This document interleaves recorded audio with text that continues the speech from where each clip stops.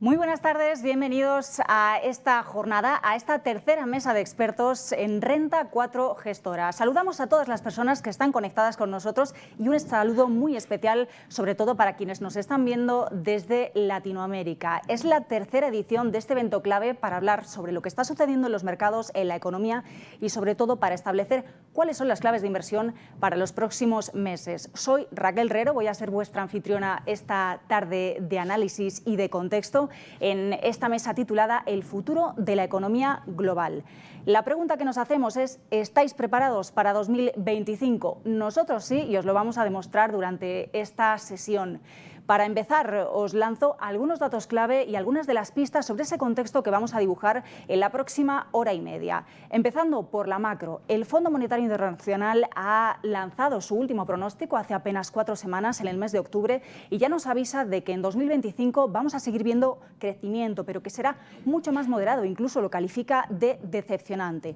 En concreto, el fondo augura un crecimiento del 3,2% para 2025, pero avisa ya de que va a haber un cambio en el rumbo político. Uno de los cambios principales, ya lo estamos viendo en los últimos meses, es ese cambio de rumbo, ese cambio de ritmo que está dando la política monetaria y los bancos centrales ante la reducción de la inflación.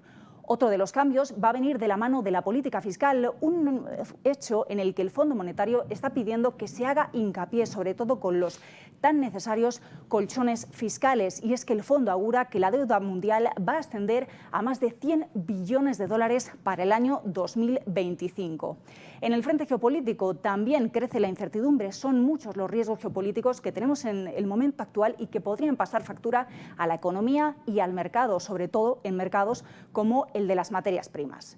Si hablamos de cambios políticos, no podemos olvidarnos de lo que está sucediendo al otro lado del Atlántico, con Donald Trump volviendo a la Casa Blanca, algo que está generando cuestiones sobre todo en el frente comercial, unas consecuencias que veremos quizá en China y que también están haciendo temblar a las autoridades europeas, que temen consecuencias para el euro, consecuencias para la inflación. Pero de momento lo que ya hemos visto es cómo las bolsas en Estados Unidos han celebrado esa victoria de Donald Trump, revalidando máximos históricos y beneficiando claramente a algunos sectores y poniendo de nuevo al dólar como gran protagonista del momento y uno de los protagonistas del año que viene. ¿Qué sucederá en 2025? Pues no lo sabemos, pero de momento ya tenemos algunas previsiones. Casas como Goldman Sachs o como Morgan Stanley auguran un crecimiento, por ejemplo, para el Standard & Poor's 500 del 11% para finales del año que viene. Eso en el plano de la política, en el plano del mercado, en el plano de la economía. Todas estas cuestiones nos hacen preguntarnos si es momento de recalcular, de recalibrar, si va a continuar el optimismo o si, por el contrario, ante esas incertidumbres y riesgos se impone la cautela.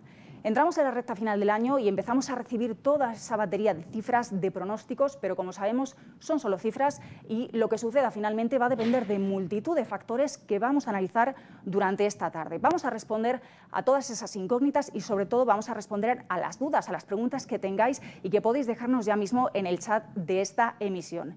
Para responder a esas preguntas contamos con un panel de lujo de la mano de Renta 4 Gestora. Nos van a acompañar Javier Galán, director de inversiones de renta variable, Ignacio Victoriano, director de inversiones de renta fija, y Miquel Jiménez al frente de los fondos mixtos. Sin más dilación, vamos a por ello.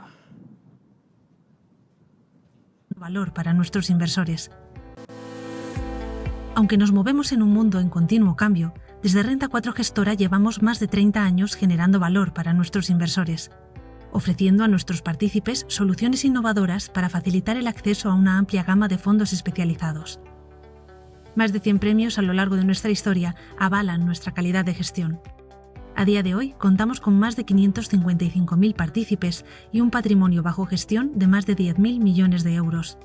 Tenemos presencia tanto en España como en Luxemburgo y actualmente hemos ampliado el servicio a nuestros clientes de Latinoamérica. Además, desde 2019 somos miembros del Programa de Inversión Sostenible de las Naciones Unidas, por el que nos comprometemos a incorporar factores medioambientales, sociales y de buen gobierno en la toma de decisiones.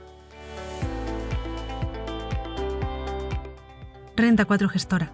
Más de 30 años generando valor a nuestros inversores. Buenas tardes a los tres, bienvenidos, o bueno, casi gracias por invitarme a vuestra casa. Para quienes nos estáis viendo desde casa, vamos a dividir la sesión en 3 bloques. Vamos a empezar con un primer bloque en el que hablaremos del contexto actual, hablaremos de macro, luego ya nos meteremos un poquito más en harina, hablaremos del posicionamiento de estos 3 gestores en los fondos y antes de pasar a vuestras preguntas, iniciaremos una serie de preguntas y respuestas rápidas. No me quiero enrollar más porque los protagonistas sois vosotros, así que empiezo directamente con las preguntas. Miguel, que te tengo aquí al que más cerca. Después de un 2024 bueno para la renta fija y para la renta variable, ¿qué escenario y qué perspectivas tenéis para 2025? ¿Qué activos en este contexto, sobre todo ya finalizando el año y de cara al año que viene, veis que pueden ser más interesantes?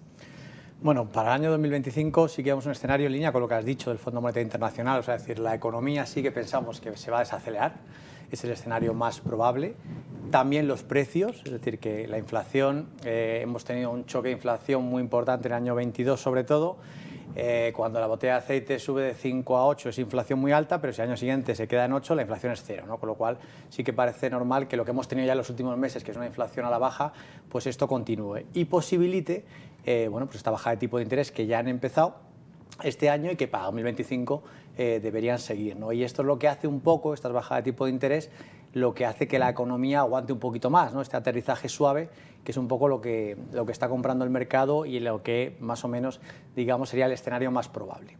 Sí que es verdad que hay otros 2 escenarios que también hay que tener en cuenta. Menos probable, pero ya que estamos aquí hoy tranquilos con nuestros clientes, pues oye, vamos a decir que hay escenarios que nunca se sabe, lógicamente, lo que puede pasar, ¿no? Y un escenario es que la economía se caiga algo más de lo que el mercado está descontando y que haya recesión. O sea, cuando la economía se desacelera, nunca sabe si se grave esa desaceleración, con lo cual ese escenario habría que tenerlo en cuenta, ¿no? Y por el otro lado, bueno, pues que la economía siga fuerte como está siguiendo, igual está más fuerte de lo que incluso esperamos hace 12 meses y que siga así, ¿no? Entonces son los 2 escenarios un poco menos probables que el escenario central, pero que hay que tener en cuenta, ¿no?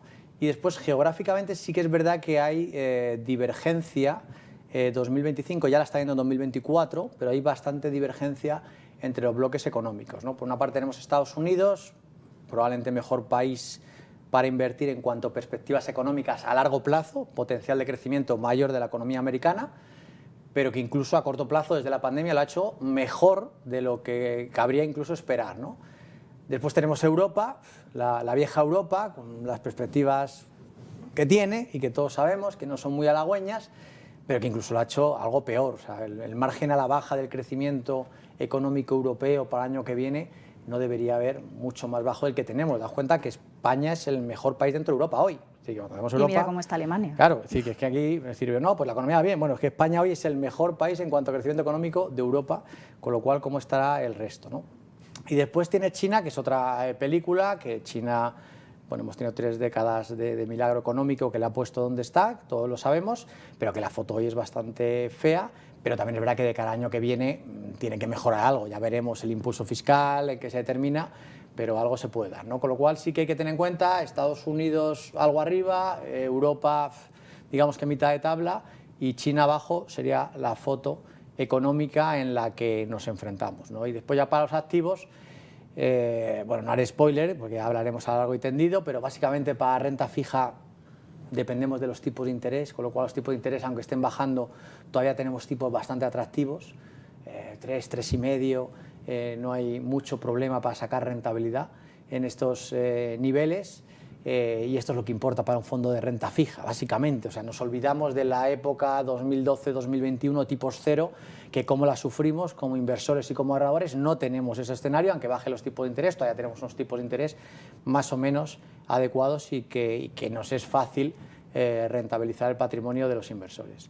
Y ya para renta variable quizá ahí hay que ser un poco más selectivo, ¿no? Ahí también un poco la pericia del gestor va a tener más valor porque igual no todo vale y habrá que ver qué países, zonas, sectores, compañías son los interesantes para invertir.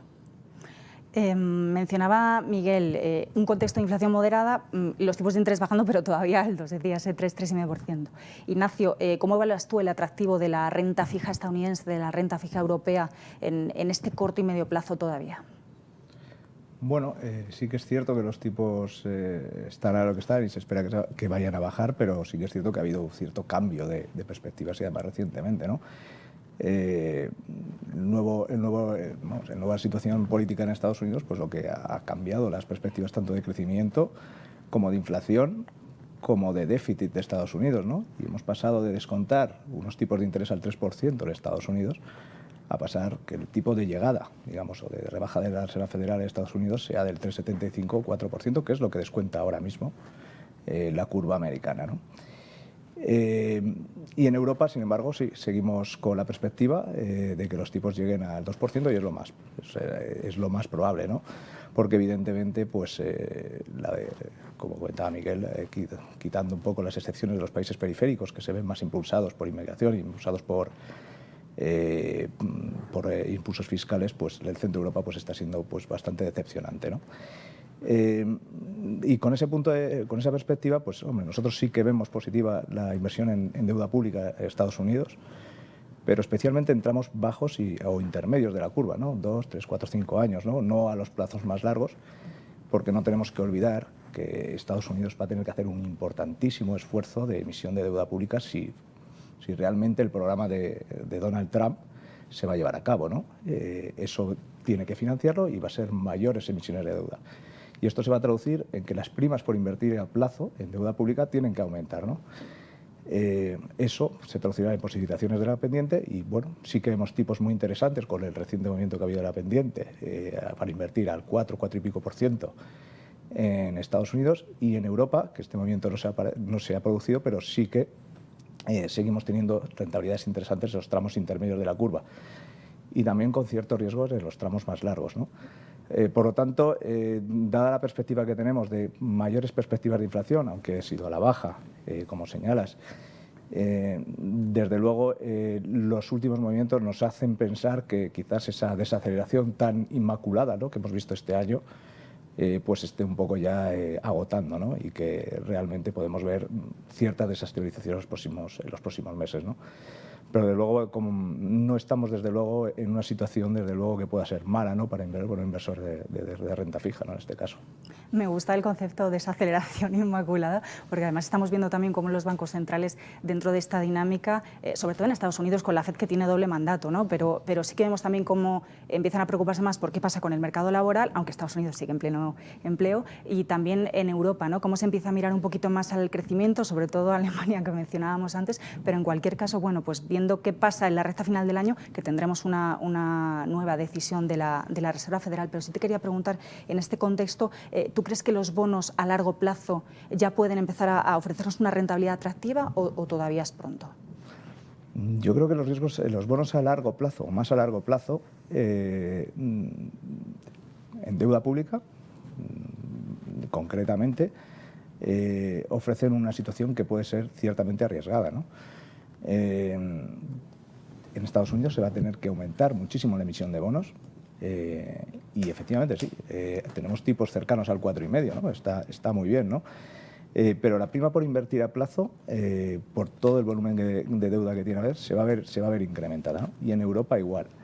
Y te doy un simple ejemplo, ¿no? La deuda alemana a principio de este año estaba en torno al 2%, hoy está al 2,30, ¿no? Y a pesar de que se han bajado los tipos de interés, ¿no?, pues la deuda alemana ha subido, ¿no? Sin embargo, los tipos swaps o el Euribor, digamos, a 10 años, ¿no?, europeo, pues ha bajado, ¿no?, ligeramente, pero ha bajado. La prima por invertir a plazo en Alemania se ha aumentado más de un 0,5%, ¿no? Y esa tendencia va a permanecer, ¿no? Entonces, ¿invertir a muy largo plazo? Pues desde luego tenemos rentabilidades interesantes, ¿no? Hay un 3% en España, en renta fija privada 3,5, pues, o 4 incluso, dependiendo de la calidad de las inversiones, son claramente factibles, pero no hay que olvidar que el coste de la financiación, especialmente de los estados, porque en renta fija privada no es en la misma situación, pues se va a encarecer porque hay más déficit, va a haber más deuda.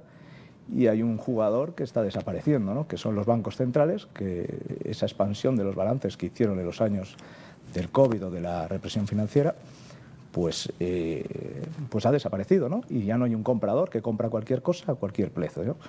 Así que esa deuda más a largo plazo, a pesar de que los tipos de interés tienden a la baja, pues posiblemente nos pueda sorprender con tipos ligeramente más altos.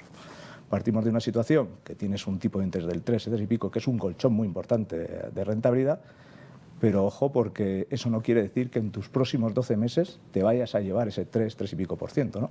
Porque posiblemente los tipos de los tramos más largos de la curva puedan incrementarse. Bueno, pasamos a la renta variable, Javier. Hablábamos al principio de incertidumbre, pero a pesar del contexto hemos visto cómo las bolsas pues han demostrado un buen rendimiento, lo han hecho bien y sobre todo hablamos con el protagonista del mes, con Donald Trump. Tengo que preguntarte sí o sí por el impacto del resultado de estas elecciones en Estados Unidos. ¿Cómo crees que va a afectar a las bolsas el retorno de Donald Trump a la Casa Blanca, más allá de lo que hayamos visto en esos primeros días después de conocer el resultado, ¿no? Pero ¿cómo crees que va a impactar? Porque es una de las grandes dudas del momento. Sí, bueno, efectivamente el primer movimiento de los mercados lo ha dejado bastante claro, ¿no? Subidas de las bolsas estadounidenses, ¿no? y todo lo que no sea Estados Unidos, pues sufriendo en general, ¿no? Con comportamientos bastante peores, ¿no? A ver, lo que sabemos, ¿no? Que ha comentado en campaña, en principio, política fiscal expansiva, con bajada de impuestos tanto a empresas como a personas físicas. Eso es bueno para la economía y bueno para las empresas y los beneficios. Mercado laboral, bueno, pues cuidado, ¿no? Porque habla de restricciones en cuanto a inmigración, ya con un contexto del mercado laboral bastante tensionado, ¿no? Y después tienes la parte del endeudamiento, tienes un déficit presupuestario del 7% y ninguno de los, vamos, ni Kamala Harris en su momento ni ahora Donald Trump hablan de reducir ese déficit presupuestario cuando están en crecimiento, ¿no? Con una economía boyante, ¿no? Y después, por supuesto, el tema arancelario, ¿no? Políticas proteccionistas y todo esto en un contexto de una bolsa estadounidense que aunque ha crecido, los beneficios van a crecer en torno al 9-10% este 2024, pero las bolsas están subiendo un 25%, es decir, se ha encarecido, ¿no? No está barata, ¿no? Estados Unidos no está barato, Europa sí y China también. Europa está a 13 veces beneficios y China también está a valoraciones muy atractivas, ¿no? Entonces, bueno, pues lo iremos viendo, ¿no? Para 2025 no está fácil porque yo creo que por un lado tienes crecimiento, por otro lado tienes impactos de esas economías que todas ellas son inflacionistas, tanto en la parte de salarios con un mercado laboral pues eso, en el 4%, tema arancelario también es inflacionista, ¿no? Entonces, lo ha dejado entrever tanto Miguel como Nacho, ¿no? El escenario que tenemos en los últimos 4 meses, que es el mejor posible, que es crecimiento económico, beneficios al alza y tipos de interés a la baja. Sinceramente creo que en los primeros compases del próximo año, a medida que vamos conociendo las medidas de Donald Trump o de la administración de Donald Trump, van a ser positivas y el mercado yo creo que lo debería recibir de forma positiva. Yo diría primera parte del año, y la segunda parte del año, una vez que los tipos de interés dejen de bajar y empecemos a conocer el impacto, ¿no? Económico de esas medidas que creemos, ¿no? Que son, o la teoría económica nos dice que es inflacionista, pues veremos a ver, ¿no? Porque recordemos que en el 2022 la economía creció, los beneficios crecieron y las bolsas cayeron un 25% simplemente porque los tipos de interés pasaron, ¿no? Del 0, ¿no? al 5% con el que estuvimos a comienzos de este año, ¿no? Es decir, son muchos moving parts, como dicen los, ¿no? O sea, hay muchos movimientos de variables económicas que se van a ir moviendo, pero yo como conclusión diría, primera parte del año yo la veo potente, porque los riesgos no se van a ver, ¿no? El tema inflacionista y tipos de interés no se van a ver hasta la segunda parte del año. Bueno, pues tomamos nota, ojo con el segundo semestre de 2025. Antes de pasar al siguiente bloque, vuelvo contigo, Ignacio, porque hablábamos, ¿no? de Estados Unidos, te preguntaba antes por el contexto de tipos de interés, pero en Europa, ¿no? Un poco más por saber cuál es tu opinión. Hemos visto esa política restrictiva del Banco Central Europeo.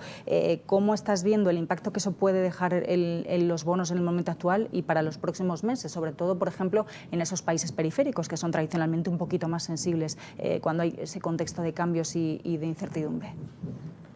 Bueno, es que los países periféricos, lo comentaba Miguel, ¿no?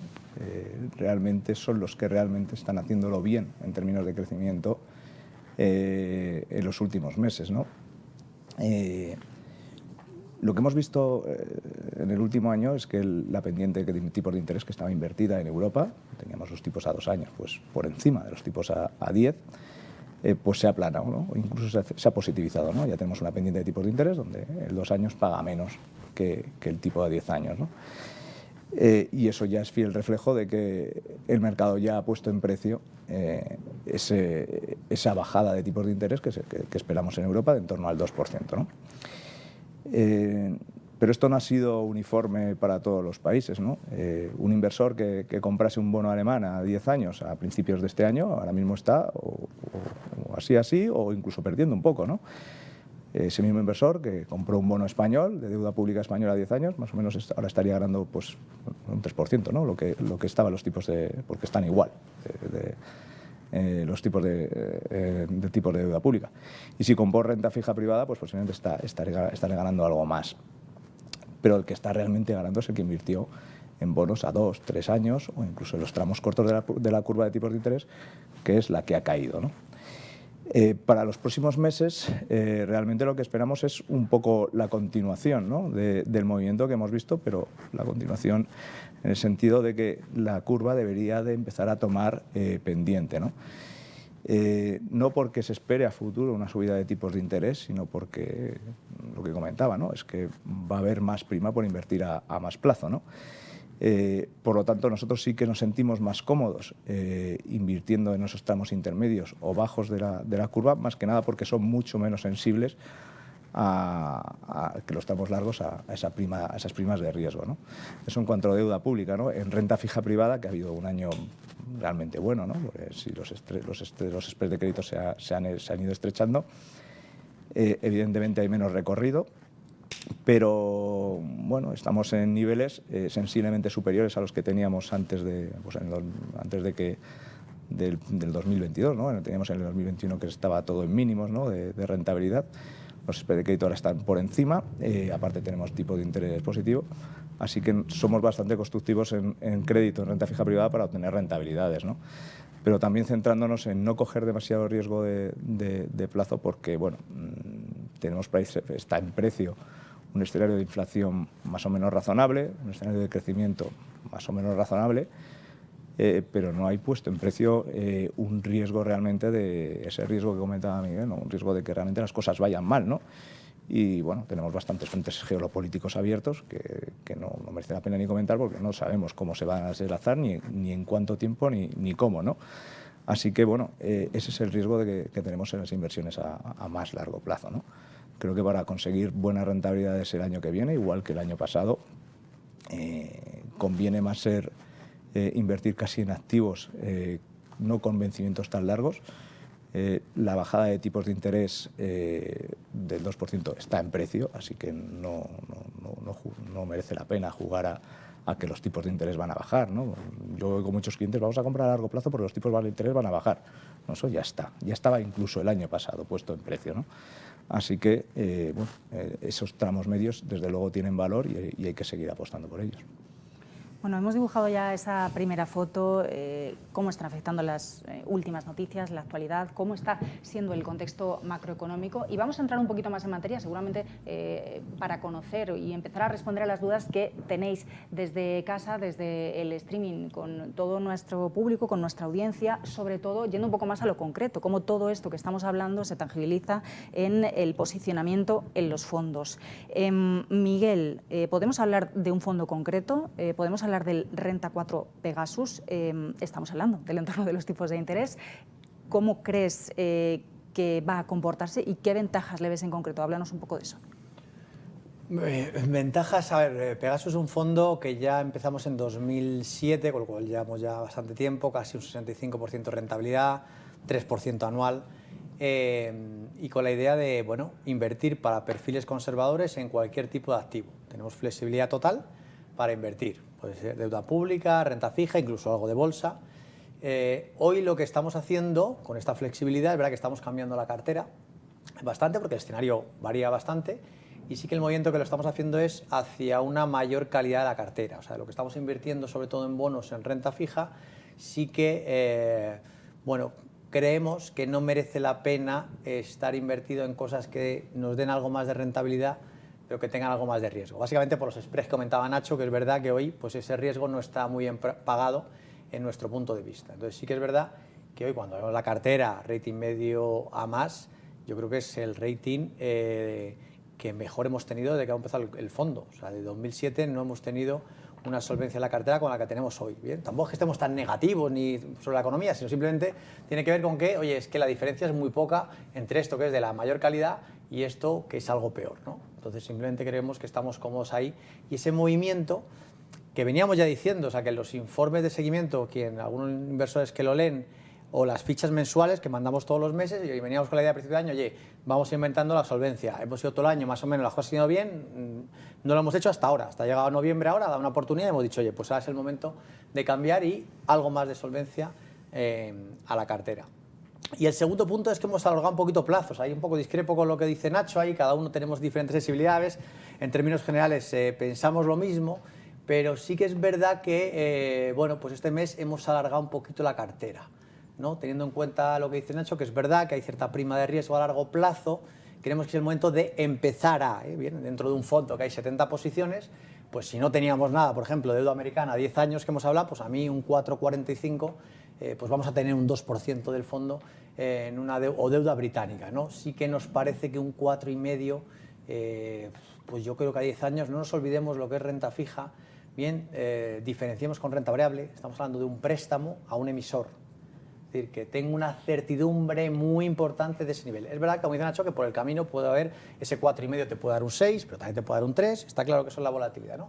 Pero tengamos claro que en renta fija, y esto no tiene que ver con renta variable, tenemos certidumbre sobre lo que tenemos. Y un 4,5 del Estado americano me parece que hay que empezar a considerarlo, y eso es lo que hemos hecho en la cartera de Pegasus, ¿no? Teniendo un poco en cuenta todo esto lo que dicen. Y después, al final, la pregunta es qué tipos de interés crees que va a haber en el futuro. Yo sí que es verdad que los tipos de interés medio plazo, no digo a corto plazo, que además yo creo que pueden estar aquí, y igual baja menos de lo que espera el mercado en los próximos meses, ¿no? Pero que a largo plazo los tipos no pueden estar muy altos, ¿no? Tengo cierto miedo a que volvamos, no digo a tipos cero, pero que Europa, sobre todo con las perspectivas que tenemos, podamos tener, no digo ahora, no digo primer trimestre, pero en algún momento te encuentres con unos tipos por debajo del 2. Entonces, si eso es así, es el momento de fijar un tipo, ¿no?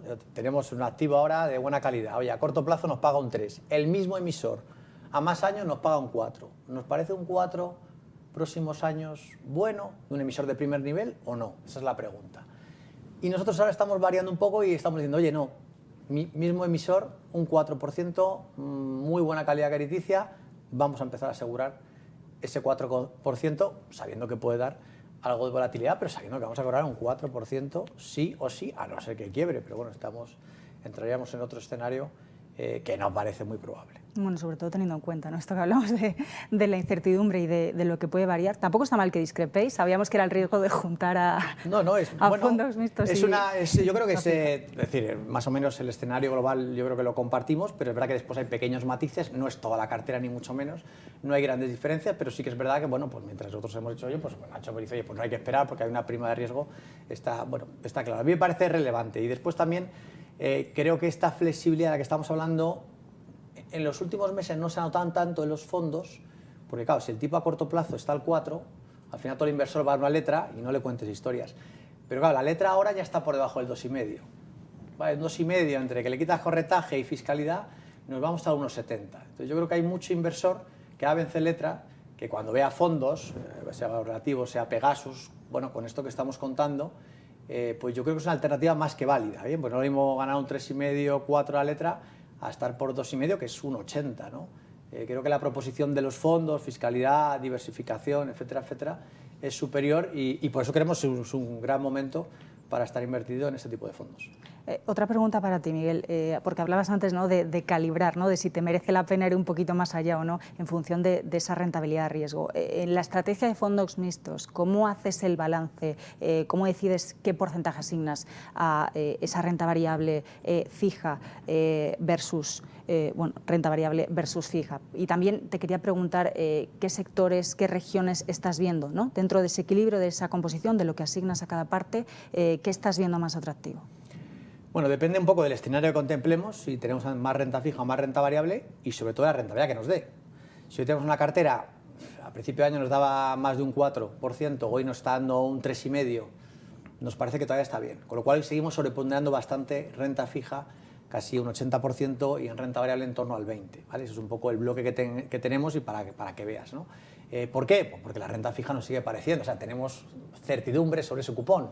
Un 3,5%, un activo de una solvencia importante a medio plazo, nos parece que está bien. Para un inversor moderado, si la bolsa sube mucho nos equivocaremos, subiremos menos, pero esto, bueno, el cliente lo acepta mejor, pero creemos que todavía es el momento de estar ahí.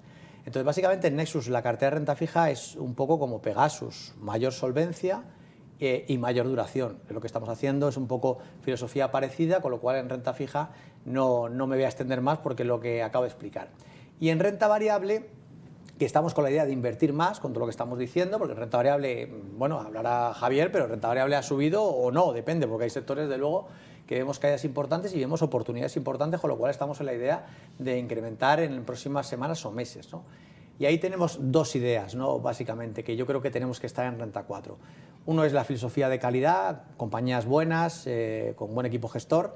Yo digo también ahora Javier, seguro que lo explica mucho mejor que yo. O sea que ahí yo creo que tiene que ser la base de nuestra cartera. Nos hemos dado cuenta que nos dejemos del PER, que si está muy cara y otras cosas que dicen otros gestores. Nosotros creo que, oye, 99% del tiempo a estudiar la empresa, si está buena, si tiene barreras de entrada, si son sostenibles, si tiene un equipo gestor, adelante con ella, ¿no? Eso yo creo que es la clave y en lo que estamos sobre todo invertidos.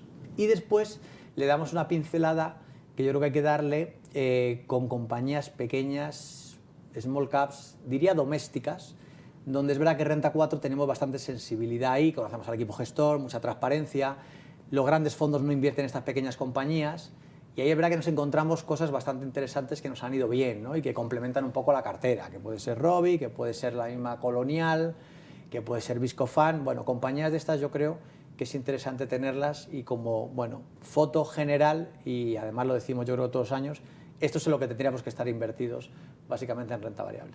Bueno, mencionabas las small caps, también hemos visto algunas previsiones sobre bueno, poner un poco la mirada también de cara al año que viene en el Russell, que es otro índice que quizá puede ser interesante, pero por Alisunes me voy con Javier. Lo mencionaba ya Miguel, en Renta 4 Gestora seguís esa filosofía de calidad. Si miramos a la renta variable, misma pregunta, ¿qué sectores, qué mercados estás viendo? También en paralelo con esa pregunta, porque muchas personas ahora mismo se están preguntando, bueno, es el momento de quizá irnos hacia activos más defensivos, tenemos que buscar el crecimiento, no sé qué sectores, qué mercados, dónde ves tú o dónde estás poniendo tú la mirada. Sí.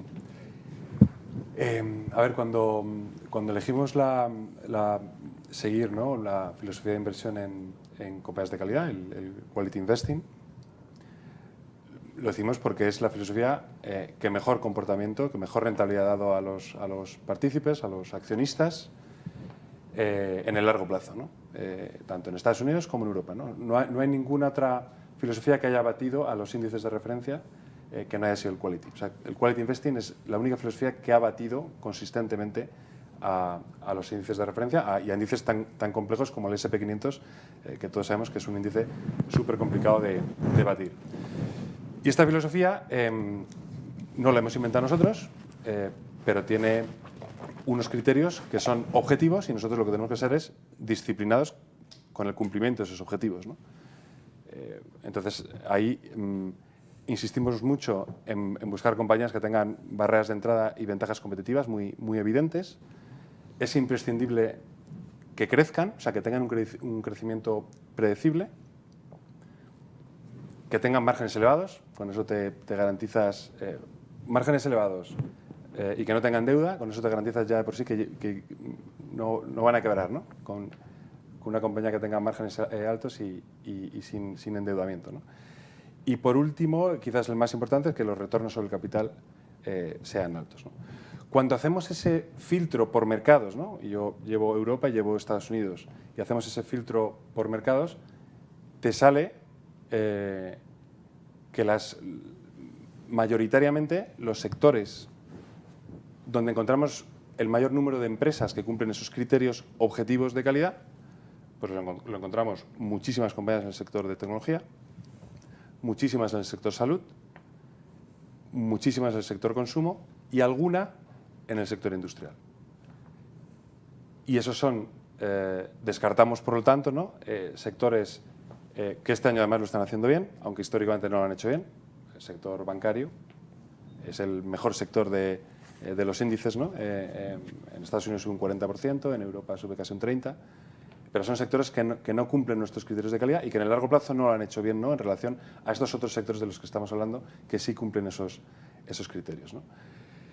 Entonces, cuando hablamos de cómo estamos estructurando la cartera, pues realmente esos 4 sectores que he dicho, fundamentalmente 3, ¿no? Salud, tecnología, consumo, eso es el 80% de nuestra cartera, ¿no? Y es estructural porque mientras sean los sectores donde encontramos las compañías que cumplen los criterios de calidad, objetivos, insisto, y si nosotros somos disciplinados, pues tenemos que seguir, como digo, esa filosofía que es la que mejor rentabilidad ha dado a sus accionistas.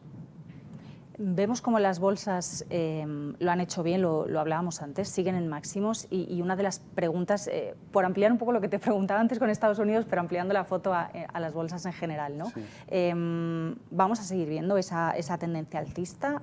Porque, claro, hablábamos de las incertidumbres, hemos ido dibujando el panorama, mencionaba Ignacio antes los riesgos geopolíticos, hemos hablado de los tipos de interés, de cómo los bancos centrales van a tener que calibrar, pero también podríamos esperar alguna corrección importante. Bueno, pues a las 2 preguntas que me haces en una, ¿no? La respuesta es sí y sí. Es decir, me preguntaba el otro día también una periodista y me decía, pero bueno, ¿qué pasa? ¿Que las bolsas van a subir indefinidamente? Claro. Y digo, pues sí. Es que llevamos así 3 Es que llevamos 2 siglos y va a seguir pasando, ¿no? Ahora bien, claro, todo hay que matizarlo. ¿Y va a haber alguna corrección? Pues seguro que también. Este año hemos tenido en agosto, ¿no? Una caída del 10-12% que hubo en Estados Unidos y en Europa. Pues correcciones también va a haber, ¿no? Pero a medio y largo plazo las bolsas van a seguir creciendo, ¿no? Porque los beneficios van a seguir creciendo y las cotizaciones siguen esos beneficios.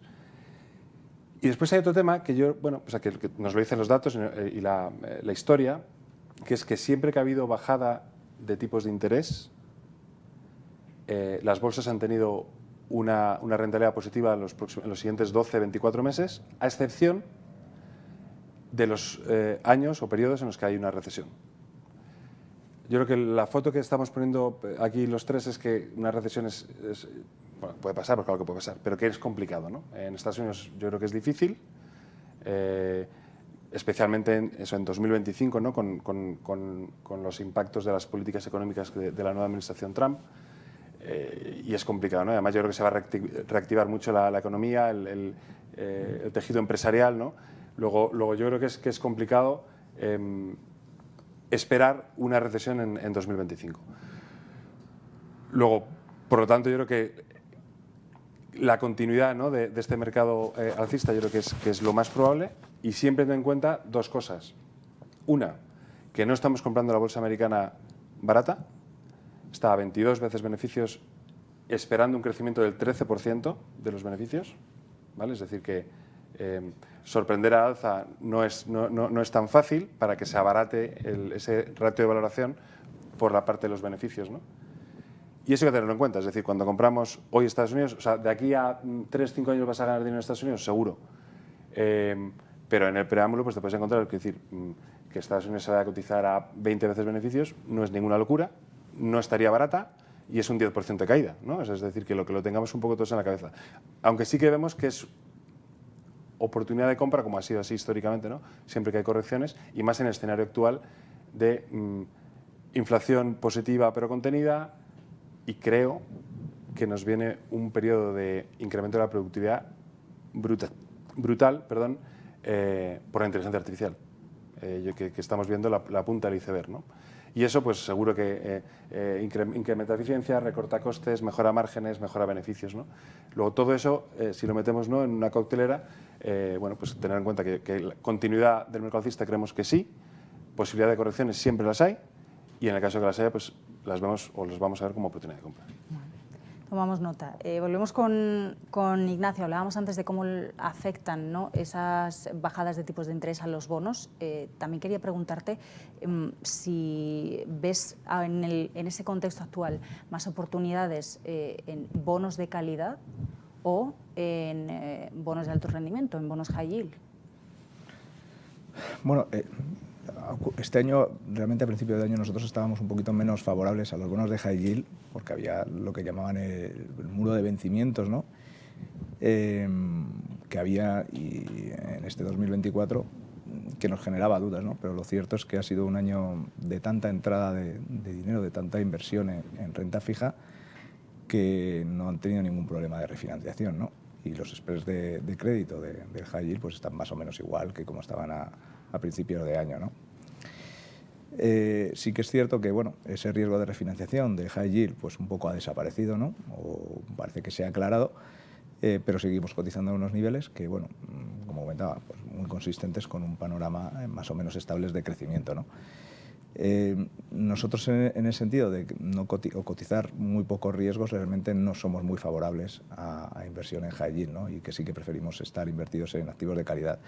Por dos motivos. Uno, porque ofrecen suficiente rentabilidad estando invertido en activos de calidad sin tener la necesidad de invertir en high yield, ¿no?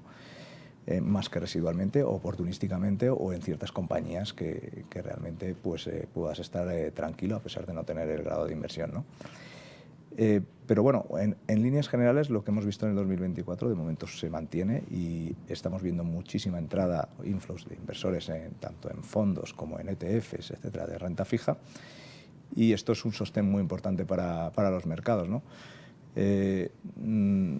Dado la pregunta, te diré que, bueno, efectivamente, los diferenciales de crédito son más estrechos, pero no son los mínimos de los últimos 5 años, ni muchísimo menos. El recorrido es más escaso y, dada la situación, pues desde luego nosotros ahora mismo sí que preferimos estar invertidos en activos de calidad. Bueno, en línea con la filosofía de calidad de la que nos hablaban Bueno, en ocasiones, porque compañeros. en renta fija sí que es cierto que bueno, el asset allocation no puede ser estable en activos de calidad o no de calidad. De hecho, es que hay muchísimas maneras de hacer el asset allocation. O sea, en un mismo emisor tenemos emisiones investment grade y emisiones high yield directamente, ¿no? Y es el mismo emisor. Así que, dependiendo de cómo nos paguen o cómo nos remuneren, podremos elegir uno u otro, ¿no? Así que, bueno. ¿Podemos buscar más estabilidad, menos riesgo o más riesgo y tener más rentabilidad? ¿Qué puedes decirnos de los fondos de renta fija tradicional o los fondos más flexibles? ¿Cuál sería la principal diferencia y cómo está siendo tu enfoque en ese momento respecto a ellos? Bueno, en los fondos más tradicionales, la principal característica es que el inversor puede estar tranquilo que el riesgo, digamos, de que nos salgamos del guión es muy escaso, ¿no? Si en el folleto de un fondo tenemos estipulado que nuestra duración máxima es esto, la parte que puedes invertir en investment grade es esta y la parte que puedes invertir en high yield es esta, desde luego el margen de flexibilidad del gestor queda muchísimo más acotado, ¿no? Desde luego hay margen de gestión y hay margen para estar mejor posicionado más en un tipo de activos que otro, pero desde luego con muchísima menos flexibilidad, ¿no? Y lo que se trata es, en este caso, de que el inversor que invierte en un fondo que es de renta fija a corto plazo o de renta fija a largo plazo, invierte en eso, y que al final los retornos que tengan sean los mejores posibles, pero dentro de las expectativas que ha invertido, ¿no? Si invierte en un fondo de renta fija a largo plazo, lo que el retorno del fondo pues tiene que estar en línea con lo que da la renta fija a largo plazo, ¿no? En un fondo flexible, sin embargo, desde luego nosotros tratamos, ¿no?, de plasmar nuestras ideas o plasmar nuestra visión de una manera más flexible y desde luego más rápida, ¿no? Porque no siempre un inversor pues puede tener la visión en cada momento de lo que tiene que hacer, ¿no? Nosotros ahora mismo en nuestro fondo más flexible, valor relativo, pues como comentaba, pues nuestra visión es invertirnos en la parte media de la curva. También invertimos, no es una visión contraria, invertimos en la parte larga de la curva de una manera diferente. Los bonos que tenemos más a largo plazo en Estados Unidos son los bonos con máxima convexidad, es decir, emitidos antes del 2021-2022, cuando los tipos estaban en negativo, que nos ofrecen una convexidad brutal, que no tenemos ahora, y esa convexidad lo que hace es que básicamente somos menos sensibles a subidas de tipos de interés y mucho más sensibles a las bajadas de tipos de interés, ¿no? porque el precio del bono, tenemos bonos que están cotizando a 50, ¿no? Esos son los bonos donde nosotros vemos valor en invertir a largo plazo, y no a 10 años, incluso a 20, ¿no? El resto, las inversiones normales, pues bueno, tratamos de optimizarlo de la mejor manera que vemos en cada momento, ¿no? Y ahora mismo pues es estar en duraciones intermedias de 2-3 años. Desde luego, dentro de lo que hay dentro de la cartera hay de todo para llegar a esa duración, pero tratando de hacer el asset allocation de la forma más coherente posible. Hemos dibujado el contexto, cada uno nos habéis explicado desde vuestro punto de vista cuál está siendo el posicionamiento, la filosofía, cómo estáis viendo el momento actual y hacia dónde vamos en los próximos meses. La misma pregunta para los tres rápidamente. ¿Qué es lo último que habéis hecho en vuestras carteras? Bueno, yo sí que hemos hecho bastante movimiento en línea con lo que hemos dicho. Teníamos algún bono flotante que se actualiza con los tipos de interés, que era una posición muy relevante de la cartera, y bueno, pues hemos vendido parcialmente o en gran parte bueno, esta posición, porque pensamos que los tipos pueden bajar, con lo cual bueno, pues nos hemos beneficiado mucho de esta época de tipos, y ahora para futuro pues no tenía mucho sentido, ¿no? Y hemos comprado, precisamente como hemos comentado, bono americano a 10 años, bono británico a 10 años y alguna compañía europea de primer nivel también a 8 años. Entonces, si me preguntas el último movimiento de esta semana, ya no de tal, básicamente ha sido eso, con la idea que comentaba antes. Ignacio. Bueno, nosotros operaciones hacemos bastantes al día, pero bueno, relevante, lo que viene a ser relevante en la composición de la cartera, quitar las coberturas de eurodólar. Javier. Joder, yo me iba a extender un poco más, porque ha sido... No, a ver, está siendo un año tremendo para el tipo de filosofía que tenemos nosotros implantado, ¿no? Porque la mayoría de los sectores, los que más suben, no cumplen los criterios y no está en ninguna cartera, no de renta otro gestora, sino de ningún fondo o gestor que sigue una filosofía de quality, ¿no? Entonces, es que este año está viendo, creo que oportunidades muy aprovechables, ¿no? Por ejemplo, en el fondo de Europa, el Renta 4 Europa Acciones, pues había muchas compañías que no teníamos en cartera porque siempre nos daba, nos parecía que estaban muy caras, ¿no? Por ejemplo, Straumann, una compañía, es líder en implantes dentales, la líder mundial. Bueno, o sea, ha caído un 20% en el año, los beneficios han crecido un 10%, luego lo estás comprando con un descuento del 30% a 12 meses vistas, ¿no? Joder, pues el mercado nos está dando la oportunidad de meter esta historia de muchísima calidad que antes no teníamos, ¿no? Y mejoramos la calidad de Renta 4 Europa Acciones, ¿no? En el tema salud seguimos insistiendo mucho en compañías farmacéuticas como AstraZeneca, Novo Nordisk o Roche, que a mí me parece están baratísimas. El mercado se centra nada más en inteligencia artificial, en semiconductores, en bancos, en seguros, y se olvidan de otras historias que siguen creciendo, que van a seguir creciendo mucho los próximos años y que están a valoraciones muy bajas, ¿no? Sector consumo, el consumo estable, consumo que, bueno, si estamos hablando de crecimiento, pues el consumo discrecional lo hará mejor. En el caso de que nos equivocamos y que el consumo, o sea, que tengamos una desaceleración un poco más acusada, compañías de consumo estable, ¿no? Tipo, a ver, es que Louis Vuitton ha caído un 25% en el año. O sea, una compañía que yo creo que, vamos, no hay ninguna duda de la calidad de la misma, ¿no? L'Oréal ha caído otro 25%. Bueno, pues la gestión activa lo que te permite es aprovechar este tipo de historias, ¿no? Estamos hablando un poco de Europa, ¿no? En Estados Unidos también hay historias parecidas, ¿no? Porque al final está siendo mucho movimiento sectorial, pero en el sector salud, por ejemplo, Thermo Fisher, una compañía, bueno, es la compañía más grande, lo llaman Life Science o Ciencias de la Vida, ¿no? Que provee productos y servicios, ¿no? A farmacéuticas, a laboratorios, a hospitales. Bueno, pues la compañía ha crecido en torno al 10-12% en las últimas 2 décadas. Después de la etapa post-COVID, o sea, durante el COVID, 20, 21, 22 creció muchísimo, ¿no? El I+D se disparó, los nuevos fármacos, ¿no? 23, 24 se ha aplanado, pero tú has consolidado las ventas que tenías en el pasado, ¿no? en el 2020, o sea, desde 2020, 21, 22. Y creo que se retoma el crecimiento desde 2025, ¿no? Luego Thermo Fisher es una compañía que hemos incrementado. United Health, la compañía más grande de seguro médicos en Estados Unidos, tanto en la parte de Medicare, ¿no? La parte más pública, como en la parte privada. Pues es una compañía que yo creo que también está a precios muy bajos, una compañía de muchísima calidad. Y en tecnología que tenemos, obviamente, en el fondo de Estados Unidos muchísima ponderación, pues en torno al 30-32%, y yo creo que seguimos teniendo, ¿no? O sea, las historias, ¿no? Sobre todo nos gusta mucho la historia de la nube, la infraestructura en la nube, la inteligencia artificial y los semiconductores, ¿no? Son historias que además están bastante entrelazados, pero no hay inteligencia artificial si no hay semiconductores, y no hay inteligencia artificial si no hay infraestructura en la nube, ¿no? Y lo bueno que tiene es que nada más se puede jugar con 3 o 4 players en todo el mundo. Son los hyperscalers, bueno, son muy grandes porque ganan muchísimo más dinero de lo que ganaban hace una década, ¿no? Y creemos que el crecimiento no va a parar, ¿no? Entonces, pues eso es un poco todo lo que estamos haciendo.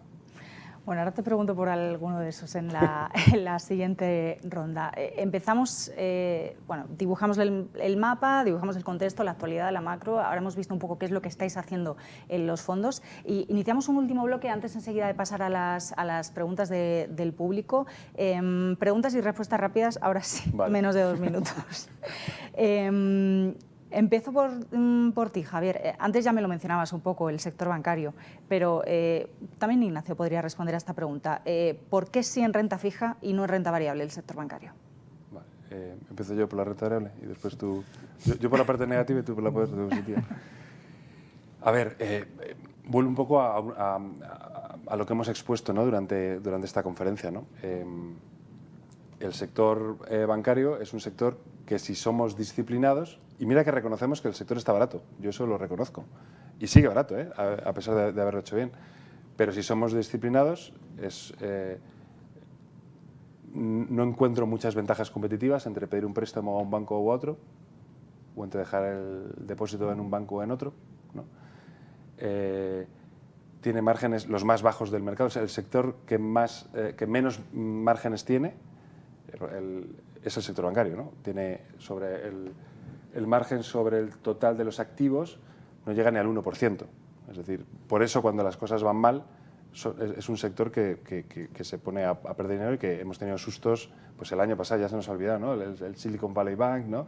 Es decir, que hemos tenido muchos sustos en el sector bancario porque operan con muy pocas ventajas competitivas y con márgenes muy estrechos. Y lo peor de todo es que es el sector más apalancado del mundo, ¿no? Porque su negocio es así, ¿no? O sea, no lo estoy criticando, pero es un negocio que tiene más o menos un 400% sus recursos propios, ¿vale? En cuanto a deuda, ¿vale?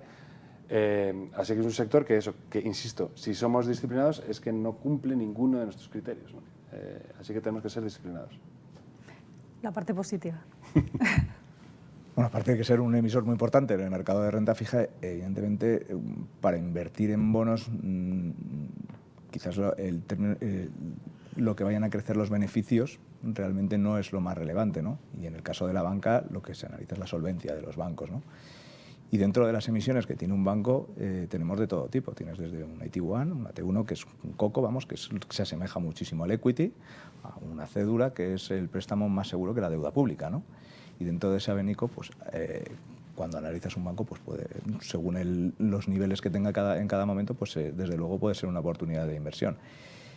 Pero desde luego, a diferencia de la renta variable, no estamos esperando una revalorización de la acción, sino la devolución del bono, la amortización, o que no se ejerza la call en caso de una T1, y de que la rentabilidad sea adecuada, ¿no? Y dentro del universo de bonos, dentro del universo de la renta fija, el sector financiero tradicionalmente, y es ahora mismo, es el que más prima paga por sus bonos, ¿no? Así que es inevitable que lo tengas en cartera, ¿no? Dependerá en cada momento si estás más posicionado en sector financiero o menos, o si dentro del sector financiero pues estás en los activos de más beta o de más volatilidad, como puede ser AT1, o el más seguro, ¿no? Como es la cédula, ¿no? pero la visión es completamente distinta. Nosotros cuando vemos un banco vemos su capacidad de solvencia y que al final lo que estamos es financiando el capital del banco, en el caso de la deuda Tier 2 o Tier 1, o financiando su funding, ¿no? Y con el cual luego va a dar crédito, ¿no? Así que, desde luego, ni somos tan exigentes en rentabilidad como tendría que serlo un inversor de renta variable, pero desde luego forma parte del universo de renta fija y desde luego es y será siempre un inversor muy relevante, ¿no? Bueno, pues una de cal y otra de arena.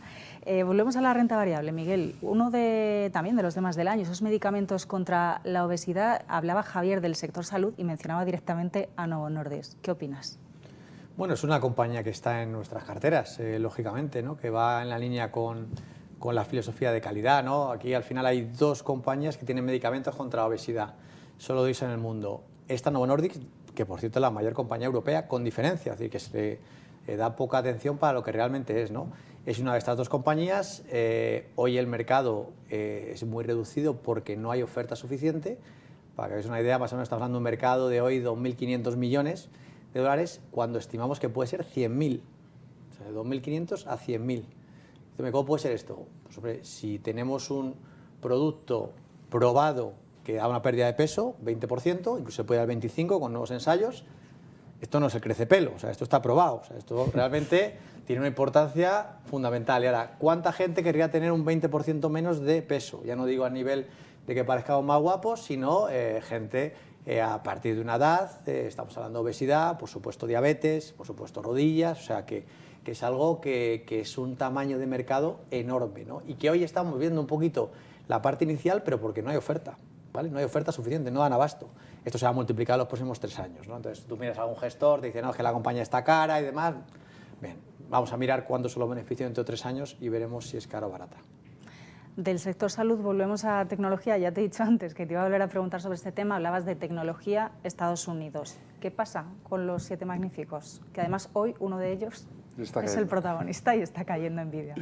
Y está cayendo, bueno, está cayendo también Google. Bueno, a ver, se llaman los 7 magníficos porque han conseguido una capitalización bursátil bueno, gigantesca, ¿no? En algún caso de más de 3 trillones de dólares, ¿no? Y eso viene acompañado y justificado, ¿no? Por un crecimiento de los beneficios igualmente espectacular, ¿no? A mí me hacen muchas veces esas preguntas, ¿no? Pues en algún momento dejarán de crecer, bueno, en algún momento dejarán de crecer. Yo creo que cada vez es más difícil mantener los ritmos de crecimiento que han tenido en los últimos 10 años, ¿no? Pero, sin embargo, es muy probable que el crecimiento de los beneficios de estas compañías sea mayor al del resto del mercado, ¿no? Porque están posicionados en segmentos y en negocios que es que lo difícil es no verlos crecer. A nosotros nos encanta todo el tema de la infraestructura de la nube, ¿no? Porque es la que soporta además la inteligencia artificial. Y nada más se puede jugar con 3 jugadores. Y las barreras de entrada son gigantescas. No hay nadie, aparte de estos 3 y un poco Meta, y Apple, que lo podría haber hecho pero no lo ha hecho, yo creo que posiblemente haya sido un error, que pueda acometer las inversiones necesarias, ¿no? para soportar, ¿no? la infraestructura en la nube, para soportar los data centers, para soportar todos los datos que se procesan y se almacenan para que después tengamos ese ChatGPT o ese Gemini, ¿no? en el caso de Google, ¿no? Entonces, son historias que nos gustan muchísimo, que creemos que van a seguir creciendo, y uniéndolo a eso, también nos gusta mucho el sector de semiconductores, que su máximo exponente es Nvidia, pero que es una industria gigantesca. Escuché hace unos meses, ¿no? que decían que era el nuevo oro o el nuevo petróleo, ¿no? O sea, realmente es que no va a haber crecimiento, no va a haber transformación digital, no va a haber crecimiento, ¿no? de todo lo que vemos de la sociedad digital, de la revolución digital que vemos tanto en la economía como en la sociedad, si no están los semiconductores por medio, ¿no? Y no va a haber coche autónomo, y no va a haber smartphones, y no va a haber tablets, ¿no? Entonces todo está muy unido, y claro, cuando hablamos de previsibilidad de crecimiento, pues tienes que hablar de semiconductores también, ¿no? Después hay alguna otra compañía que, aunque nos sigue gustando, porque antes son, o sea, Apple y Meta, por ejemplo, son dos compañías que tienen una calidad espectacular, pero Apple lleva sin crecer 3 años. Y Meta, que depende todo de publicidad, yo creo que es un mercado cada vez más maduro, digo, publicidad online, ¿no? Cada vez más maduro, luego cada vez va a ser más cíclico. Si la economía crece, tendrá más publicidad, si la economía crece, pues a lo mejor tienes decrecimiento, ¿no? Luego tienes ahí un poco más de... Entonces, bueno, así a grandes rasgos... No hemos hablado nada de China, que puede ser otro de los mercados damnificados por esta subida de aranceles, por esas tensiones comerciales. Vamos a ver qué pasa, pero Miguel, de momento, ¿ves oportunidades en el mercado asiático, al menos en un corto plazo? Ya veremos luego lo que pasa. A ver, en un corto plazo es complicado saberlo. Tampoco estamos aquí porque no tenemos la bolita mágica, con lo cual no te voy a decir lo que va a hacer en el mes de diciembre la bolsa china. Vale, pero sobre todo a medio y largo plazo, en el escenario que pintaba antes de Estados Unidos está arriba del ciclo, Europa está como está y China está bastante bajo. Si me dices de invertir en alguna compañía china que era los próximos 4 o 5 años, con las valoraciones que yo tiene, claro, la bolsa americana está aquí, la bolsa china está aquí, pues yo te digo que hay que empezar a mirarlas. Ya hay algún nombre por ahí que no depende mucho más del comercio global, o sea que China tiene su propia dinámica, consumo interno, y me da la impresión que viendo valoraciones, viendo flujo de fondos, que no nos olvidemos que también es muy importante el flujo de fondos y no hay nadie ahora mismo allí, sí que creemos que podría ser una oportunidad, sabiendo que va a haber por medio tarifas, etcétera, etcétera, y bastante ruido y por eso están en los niveles en los que están. Entonces, no una parte muy importante de la cartera, nunca, pero tampoco decir probablemente cero en una cartera global como nos gusta tener a nosotros. Y si hablamos, por ejemplo, de divisas, del dólar, Ignacio, ¿cómo estáis viendo la moneda estadounidense? No sé si tenéis algún tipo de estrategia en el momento actual y por dónde crees que va a tirar el billete verde. Bueno, nosotros, te lo he comentado, lo último que realmente ya fue casi con la victoria de Trump, realmente quitamos las coberturas de dólar, ¿no? Estamos largos de dólar, básicamente porque el discurso de Donald Trump es proinflacionista y desde luego la presión de tipos de interés pues ha subido algo, ¿no? Y en Europa, pues salvo que veamos indicios de que el crecimiento va a ser más fuerte del realmente esperado y que los tipos de interés van a bajar menos de lo que se espera, y esos indicios no lo tenemos, pues desde luego deberíamos de esperar que el dólar va a estar fuerte en los próximos meses, ¿no? Así que bueno, nosotros tenemos las posiciones que tenemos en dólares, pagando un 4,5 o alrededor del 4,5, pues desde luego no creo que merezca la pena el tener coberturas en dólar y gastarte ese exceso de retorno que tienes en estar cubierto, ¿no? Evidentemente decir niveles en eurodólar es como tirar brindis al sol, porque no vamos a aciertar nunca, ¿no? Pero desde luego la tendencia o la perspectiva que tenemos ahora mismo es de fortaleza del dólar frente al resto de divisas. Por lo menos de momento, ¿no?, para los próximos meses. Tampoco hemos hablado del sector autos, Miguel. ¿Cómo lo ves? Bueno, el sector autos es el peor sector, diría, este año en Europa en comportamiento bursátil. Está habiendo mucho run por Tesla, por tarifas, por competencia china. Es un sector que está cambiando. O sea, hemos venido además las compañías europeas han tenido una posición de dominio importante en los últimos años. Creemos que el sector está cambiando, básicamente porque ese motor de combustión Mercedes, de BMW, maravilloso, pues está cambiando tanto en cuanto vamos un poco al coche eléctrico, con lo cual la batería ahí es china, con lo cual una ventaja competitiva que tenían estos se te acaba.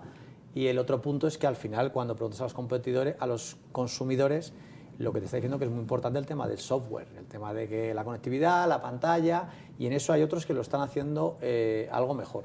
Con lo cual ahí vemos cierto cambio, hay ciertas dudas sobre el tamaño de mercado, hay gente que dice que la gente joven pues tiene más alternativas de movilidad y no es tanto de poseer activos, sino pues de alquilar y demás, y eso puede ser que el mercado en general se venga un poco para abajo, pero vamos, nosotros tampoco estamos mucho ahí en ese sentido, pero sí que más nos preocupa la situación competitiva, que sí que vemos que hay una compañía que se llama Tesla que hace 20 años no existía, que hay unas compañías chinas que hace 20 años no existían y que hoy hacen coches de más o menos la misma calidad y probablemente a mejor precio, ¿no? Y lo estamos viendo todos los meses. Entonces aquí nos encontramos con un problema y este problema vemos a ver cómo las compañías de autos europeas lo resuelven o no. Ya estamos diciendo que Volkswagen va a cerrar fábricas por primera vez en Alemania, hay paradas en otras fábricas en Italia por parte de Stellantis, o sea que está complicado.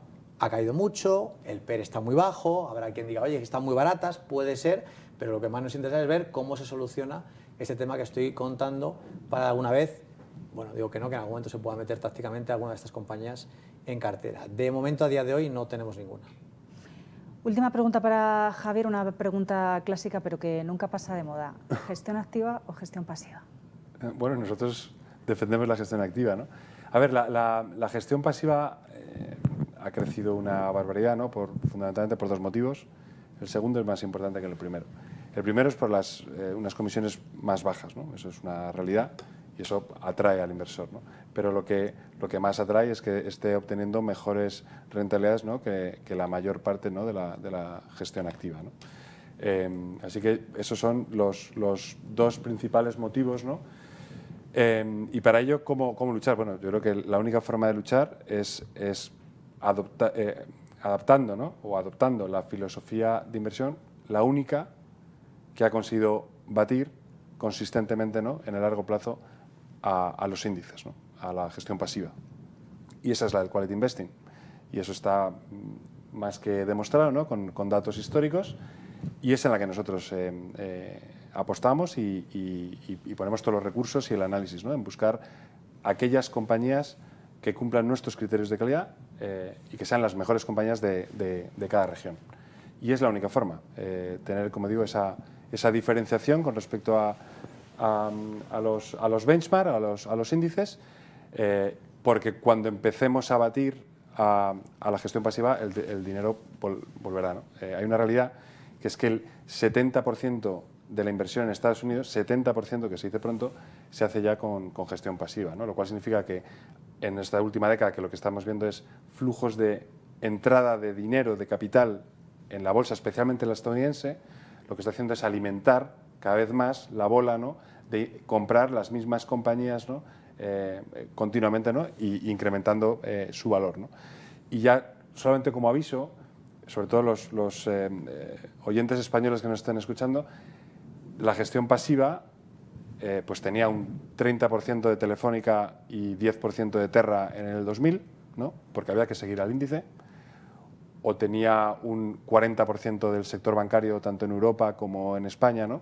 porque el sector bancario era el que mejor lo había hecho en el 2007, y fijaros cómo estaba, por ejemplo, el IBEX 35, que lo entendemos todos, cómo estaba repleto de inmobiliarias en 2007, Metrovacesa, Urbis, Sacilva Hermoso, ¿no? muchas de esas quebradas, ¿no? Es decir, bueno, tiene cosas buenas y yo soy un defensor de la gestión pasiva, ¿no? Pero después tiene cosas que yo creo que nosotros, la gestión activa, tiene que demostrar, ¿no? que somos capaces de generar mucho más valor y lo vamos a hacer. Vamos enseguida con las preguntas, podéis dejarlas en el chat, ya me están pasando algunas para vosotros, pero sí que os quería pedir un último minutito de conclusión, un minuto. ¿Qué pueden esperar los inversores que estén en vuestros fondos invertidos de cara a 2025? Un último resumen, 30 segundos cada uno, Miguel. Bueno, los inversores conservadores yo creo que mandan los tipos de interés, tenemos una cartera con un tipo de interés del 3,5, con lo cual cierta certeza sobre ello, con lo cual no tenemos grandes retos que deberíamos ver. Inversiones mixtos en cuanto a nexos, pues bueno, tienes un poquito más de volatilidad en tanto en cuando tienes renta variable. Pero vamos, a día de hoy, siempre que los tipos de interés sean positivos, eso viene bien a todos los inversores y ahorradores. Porque nos da una rentabilidad que poco a poco vamos aumentando y eso hace que el capital aumente. Bueno, pues yo creo que el año que viene será bastante similar en términos de rentabilidad al de este año, porque partimos de niveles, bueno, quizás ligeramente más bajos, pero desde luego atractivos, ¿no?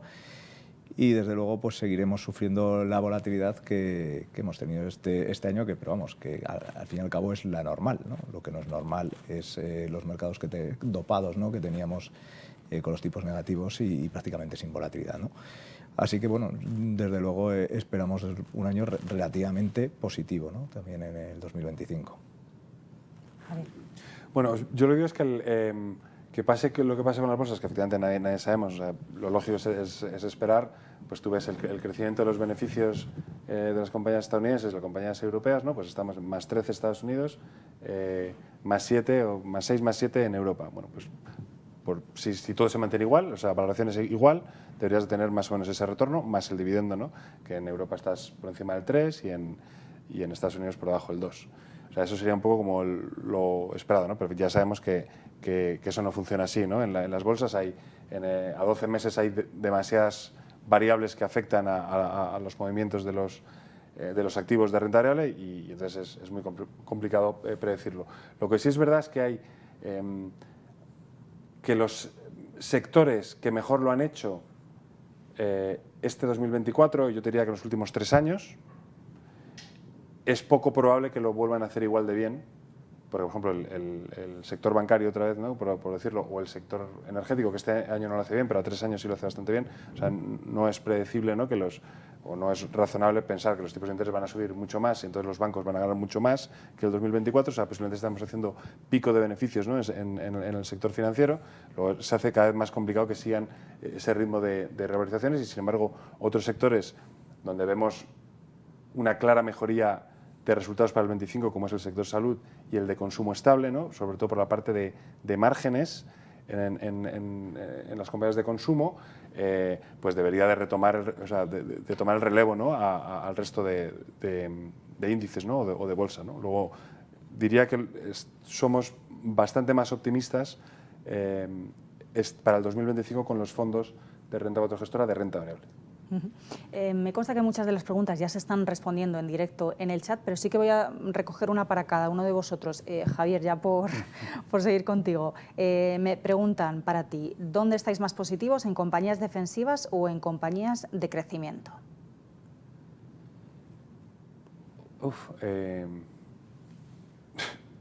A ver, o sea, no lo sé. O sea, buscamos crecimiento predecible. Y ese crecimiento lo encontramos, o sea, predecible, o sea, cuando es crecimiento por crecimiento, o sea, como es que crezca muchísimo, pues a lo mejor ahí nos podemos salir un poco del guión, porque normalmente las compañías de crecimiento predecible normalmente son compañías bastante defensivas. El sector salud es bastante predecible, es decir, son compañías que te van a seguir creciendo, más allá de que suban o bajen en bolsa, pues el 5, el 6, el 10%, ¿no? Todos los años, ¿no? Los beneficios, las ventas. Sector de consumo estable, pues algo parecido, ¿no? O sea, vamos a ver, más población, inflación positiva, se revisan, o sea, tienes algo más de volumen, tienes algo más de subida de precios, aunque solo sea por la inflación. Luego, ver que las ventas crecen y que los beneficios crecen, yo creo que es bastante predecible. Y por último, el sector de tecnología, que, o sea, todos tenemos la percepción de que es muy cíclico, pero son compañías todas ellas con mucha visibilidad de resultados, que ninguna de ellas tiene deuda y que son imprescindibles para, bueno, no todas, ¿no? Pero las compañías de tecnología donde nosotros estamos invertidos son, como digo, tienen muchísima visibilidad y, como digo, como además no tienen deuda, pues yo creo que el ciclo económico tampoco les afecta tanto. Luego yo también las consideraré defensivas, ¿no? Así que no te he dicho nada, o sea, no te he respondido nada. Crecimiento defensivo. Bueno, tomamos nota. A ver, siguiente pregunta para Ignacio. ¿Qué perspectivas tenéis para los fondos monetarios? Bueno, los fondos monetarios son muy predecibles también. O sea, los fondos monetarios tienen que hacer lo que hagan los tipos de interés. Y si el tipo medio del año que viene baja desde el 3,25, el 3 hasta el 2, pues hará la media. Dependiendo de cómo sea la de rápida la bajada, pues es lo que hará, ¿no? Y nada más, o sea, puede dar un 2,5, un 2,75, dependiendo un poco de cuál sea la velocidad de bajada de tipos de interés. Y última pregunta para Miguel, me gusta porque de esto hemos hablado poco, ¿cómo pueden afectar los riesgos geopolíticos, especialmente la guerra de Ucrania y Rusia, en los mercados? Renta fija, renta variable. Bueno, pues hombre, es complicado, ¿no? Porque claro, si me dices el desenlace, yo te digo lo que hacen las bolsas, pero claro, me falta el primer sí. Entonces, bueno, no sé, creo que el mercado está bastante, o sea, es algo bastante que está ya en mercado, ¿no? Otra cosa es que no haya tenido tanto impacto y eso es porque el mercado piensa que la situación no va a ir más allá, ¿no? De hecho, una de las cosas que parece que podría pasar con Trump es que tiene cierta más, no sé si cierta afinidad más con Putin, aunque parezca raro, pero ya lo vimos en 2019. Y ha dicho alguna declaración sobre lo que tiene que hacer Ucrania y sobre el dinero que va a prestar a Ucrania. En ese sentido, entonces, si me apuras, probablemente incluso pueda ser un escenario positivo, de que en algún momento bueno, pues la guerra termine. Al final Ucrania depende de Estados Unidos y Estados Unidos no, digamos, sigue prestando dinero, esto se termina. Ucrania no va a poder mantener esto, ¿no? Entonces esto sería positivo, cae el gas, sube las industriales, sube Alemania, en ese escenario, ¿vale?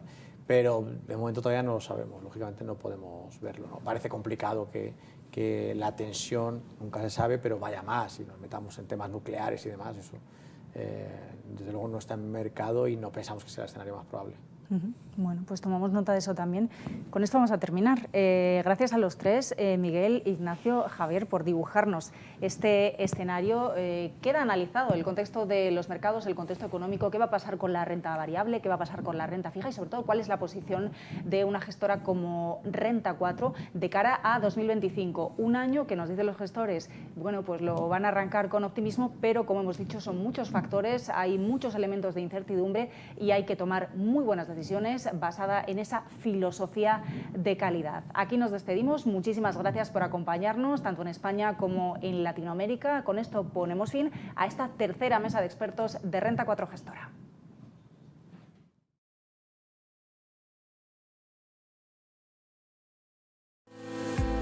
Aunque nos movemos en un mundo en continuo cambio, desde Renta 4 Gestora llevamos más de 30 años generando valor para nuestros inversores, ofreciendo a nuestros partícipes soluciones innovadoras para facilitar el acceso a una amplia gama de fondos especializados. Más de 100 premios a lo largo de nuestra historia avalan nuestra calidad de gestión. A día de hoy contamos con más de 555.000 partícipes y un patrimonio bajo gestión de más de 10.000 millones de euros. Tenemos presencia tanto en España como en Luxemburgo y actualmente hemos ampliado el servicio a nuestros clientes de Latinoamérica. Además, desde 2019 somos miembros del Programa de Inversión Sostenible de las Naciones Unidas, por el que nos comprometemos a incorporar factores medioambientales, sociales y de buen gobierno en la toma de decisiones. Renta 4 Gestora. Más de 30 años generando valor a nuestros inversores.